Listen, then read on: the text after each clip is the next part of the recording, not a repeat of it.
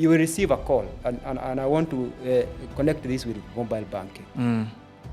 A call, a suspicious call calling you, and by the way,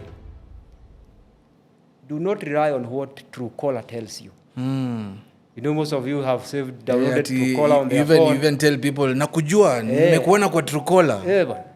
Ama, I saw you 20 years ago, but I want to pretend I still remember your name, and I still have your number. Yes.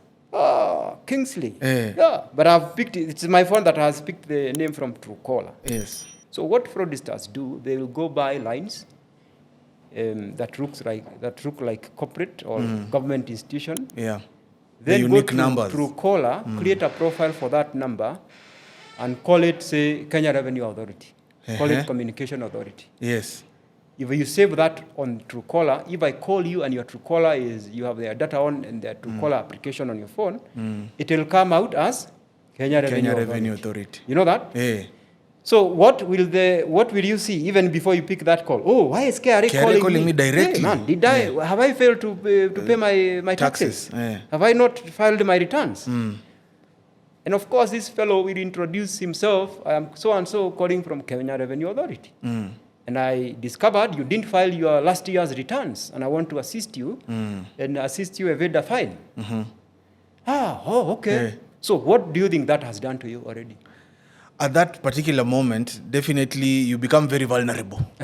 You will say, if at all KRA is calling me directly, then I have to draw the line. And it has told you have made a mistake. Yes. You didn't file your returns. Yes. And I want to assist you.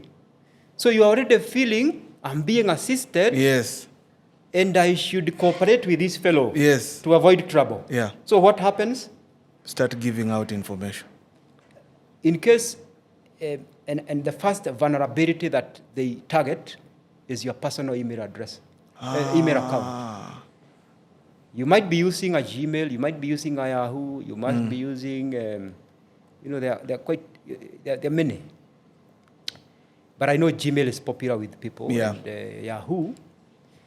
So if today, Kingsley, I want to reset the password to your Gmail account, I will go to, I'll type login to Gmail, go there, say forgot, and for your information, Kingsley. Yes. How many people know your email address? It's all over. Yeah. It's all over because that's where you use to even open social media accounts. Do you know how they secure that data? If I have your email address in my list and I know it, or you have given it to an organization, how do what I want to say, you are not in control of how your personal data is being protected used, by a third party. Yeah, true. So these fraudsters will already have your email address. And they'll go start the password reset journey for Gmail. So on their side, they're saying forget password. Yes, forget password. And they have your email address. So majority of us have used our mobile phones as a recovery number for our email. Yeah. So if you have forgotten my password, I can start resetting my password, but my phone is a recovery number. Go and look at your settings for Gmail. So what Google will do, once you say you've forgotten your password, before it even allows you to set a new password, it will request you, it will request for a code sent to your phone. Okay. It will ask you which method do you want. Do we send an SMS to this number? And these fellows, when they are calling you, they have already initiated that journey. So Google will send you a one-time password to reset your... In real time? Yes. So this fellow has called you, I'm calling you from KRA. Now, to assist you, there is a code we have sent you, and we want you to read out that code so that we can assist you. Yes. Now you need assistance. You are shivering, my friend, because if KRA decides to come after you, then and they are backed by the law, then you'll be in big trouble. So you want to get out of trouble. So what do? You share that information. Once you share that information, your password is reset. Now this is the trouble, Kingsley. If somebody gets access to your Gmail account, they can devastate you. If you go to the security, if you go to manage your Google account, go to the security section. Yes. There is something called the password manager. Okay? Yeah.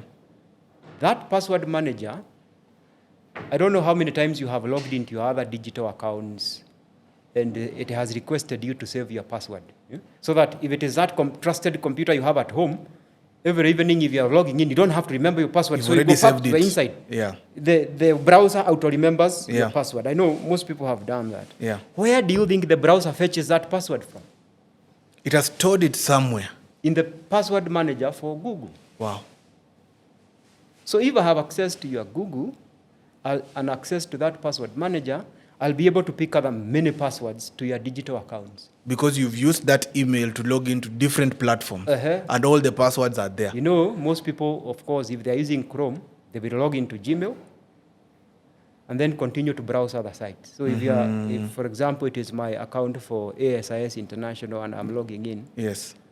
And I don't want always to remember because maybe I've used different passwords. Different passwords, yes. Password managers are very good, by the way, because they give you complicated passwords. You are able to secure them. It makes your life easy. Yeah. Because it has passwords you cannot guess by brute force or other methods. Yeah. But now imagine somebody gaining access to your Google password manager. They can be able to get they can your many other anything. accounts. So number one, and by the way, even your mobile banking, and so I want to go back to what led me to email security. I want to go back to card. Remember I was talking about the card, and the risks and how they moved now to another level once the card skimming was addressed. Yes. I want to take you to the next level now, where they went to. So once they have access to your Gmail, and by the way, somebody can start a forgot password journey for your Gmail and fail to change your password, but they maintain access. So they can still access it? So if you go logging into your Gmail, you'll still access it using your Gmail, but somebody else has started that password journey and not changed the password because it can tell you skip this one and maybe change the password at a later date, but they have access. Yeah. So you will not even know somebody is accessing your email, Gmail or Yahoo account. So the banks now, for example, if you are using your card to pay for a hotel, maybe you are traveling, say, to South Africa, you want to pay for your accommodation. Or you want to come to Mercure, you want a staycation. You want to come to Mercure and pay via your card. You want to pay for your airline ticket via your card. So you require, number one, your full card number, the expiry date of the card, and a code at the back of the card called CVV2. Yes. So to secure your payment, your payment data, or to secure that transaction and ensure that nobody picks those data and uses, because you as you realize, you can read them from the card. If you pick a bank card now, you'll be able to see full card number. The date is expiring. All cards have expired. Yeah. And you're able to see the code. Those are physical. Yeah. You can see it. So to ensure that we safeguard, we go beyond that data that we are collecting from the card holder. The bank have invested in what we call 3D secure. So you'll get an OTP to authorize that payment you are trying to make online that comes to your email. Okay. So remember the KRA guy who called you and gained access to your Gmail? Yes. If they are able to get that OTP, they will finish that transaction. Wow. And by the way, some of them will collect that data, break into your Gmail, and also trick you into giving them your card data. They ask you, okay, read us the card in front.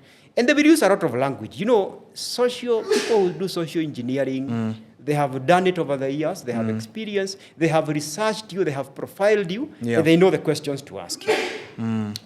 So the first thing that you should do,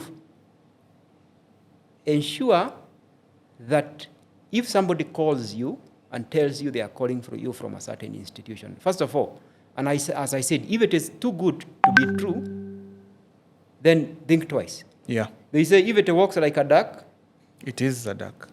There's also something else they say, squeak like a duck, it is a duck. Yes. So when the deal is too good, yeah, especially somebody calling you from an authority like Kenya Revenue Authority and telling you they will assist you, definitely there is something wrong. Yes.